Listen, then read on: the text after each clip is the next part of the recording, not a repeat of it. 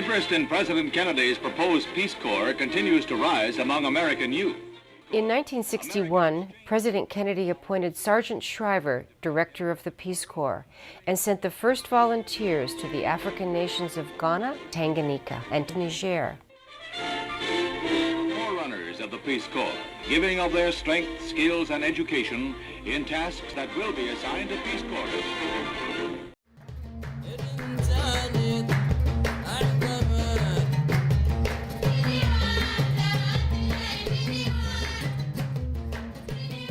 Did you have any kind of preconceived ideas about Africa or saving the world, or?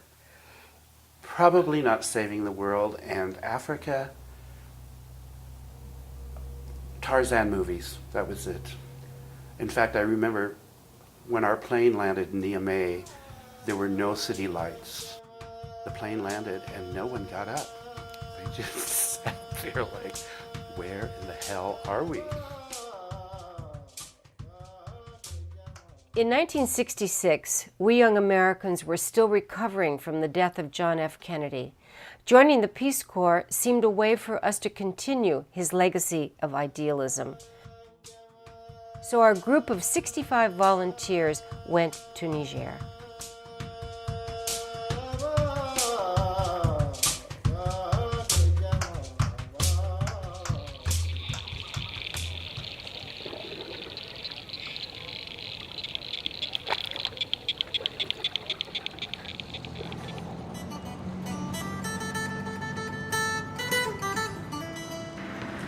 In 2008, 40 years later, 5 of us went back to Niger to revisit the country, see our old friends, and witness how our work had influenced the people of Niger.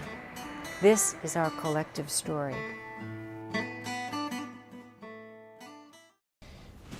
La question que je me suis posée, comment ces jeunes Américains, 18 ans, 19 ans, 20 ans, 21 ans, qui n'ont jamais quitté les États-Unis, qui laissent leur confort et qui vont à l'aventure. Je dis, qu'est-ce qu'ils ont derrière la tête? Sincèrement, est-ce que c'est le goût de l'aventure? Est-ce que c'est aller découvrir un autre monde?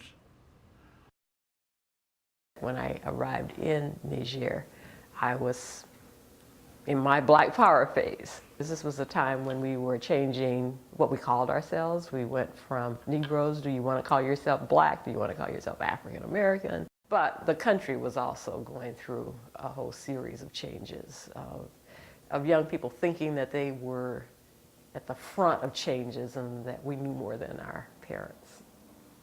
We stayed in Niger for 2 years, working in agriculture, digging wells, and setting up health clinics for women and their babies.